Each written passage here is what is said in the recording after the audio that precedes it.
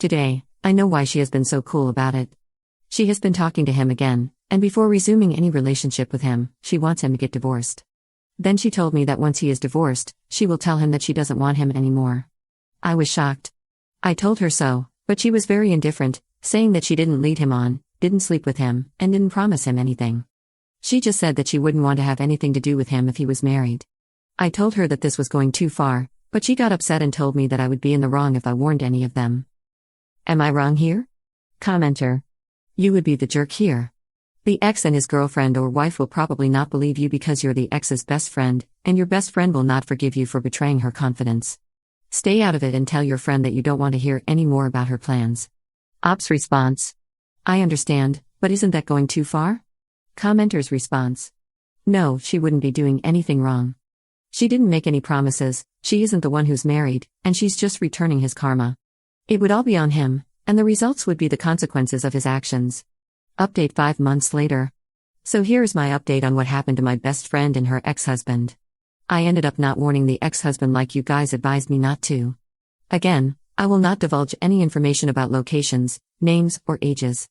Shortly after my post, my best friend asked her ex-husband to make his divorce announcement public, to say how he regretted it and how he still loved her and wanted things to work out between them. I guess she wanted everything to be on social media for everyone to see.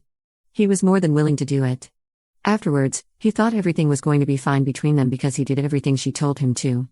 He showered her with flowers, sent to her place every morning, and expensive gifts that my best friend just kept in her hall, unopened. She told him that she didn't trust him yet because, as long as the divorce wasn't finalized, he could always take advantage of her and go back to his coworker. The divorce was finalized last week, and of course, the first thing her ex did was call her to tell her the news. After that, she ghosted him and hasn't answered his calls since. I met her yesterday, and she was so elated. I never thought that vindictiveness and revenge could make someone this happy. She said this was the first time she had felt happy since she found out about the affair. I felt very sad inside, and I don't know why. I love my friend, and I don't want her to change, but I don't recognize her much anymore. I asked her if this was it, if she really felt happy, and she said that she did. She was very ready to move on. I asked her what if he and the coworker ended up back together. She said she wouldn't care at all, that she hoped they would get back together, now with what happened always between them, but that she wouldn't begrudge them moving on. Separately or together, she didn't care anymore. She sent back all the unopened gifts. I don't know what to feel but terrible sadness. These two loved each other more than anything and were so happy together at one point in their lives.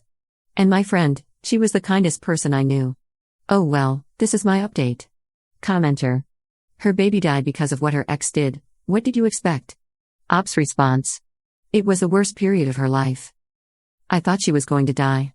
I was with her that day, and it took 23 hours to birth her dead baby because it was a late miscarriage, and she needed to give birth naturally. I have never seen anything like that before. It totally broke her, and she is still not the same. It was a daughter. I wonder if she still thinks about it, even though she vehemently denies it and says it was for the better. She doesn't talk about children anymore like she used to.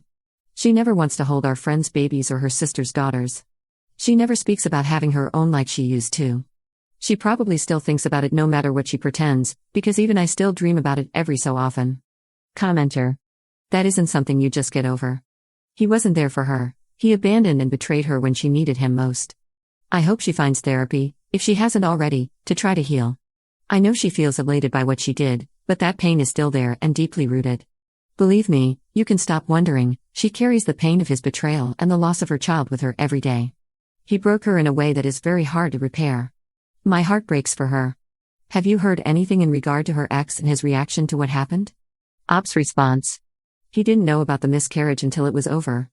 She would never have wanted him in the hospital anyway, and I'm glad he wasn't, because she was in a lot of pain and distress. Now he is literally broken. His friends told me that he spent the night in his car beside her apartment because he thought he would talk to her, but she never came home because she's staying with her sister. Then he called me to ask where she was. He was in a manic state, but I can't pretend that I felt bad for him, to be honest.